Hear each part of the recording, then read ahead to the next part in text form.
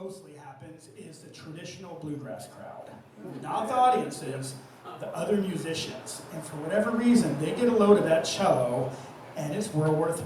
How dare you play cello on bluegrass, posts all over social media, complaints to the organizers, and one particular man, whose name I'm not going to say on stage, considered one of the fathers of modern bluegrass fiddle playing, got a load of Rebecca playing bluegrass cello, and he sat her down backstage and said, listen, you're doing this bluegrass cello thing, and you need to stop.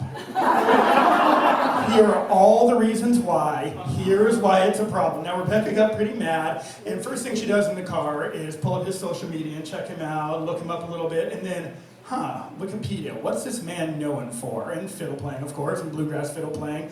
But it also had a line on there that said, at all his concerts, he always plays his signature song on the fiddle. Rebecca said, I'm going to learn that on the cello. So this is our rendition of the Orange Blossom Special.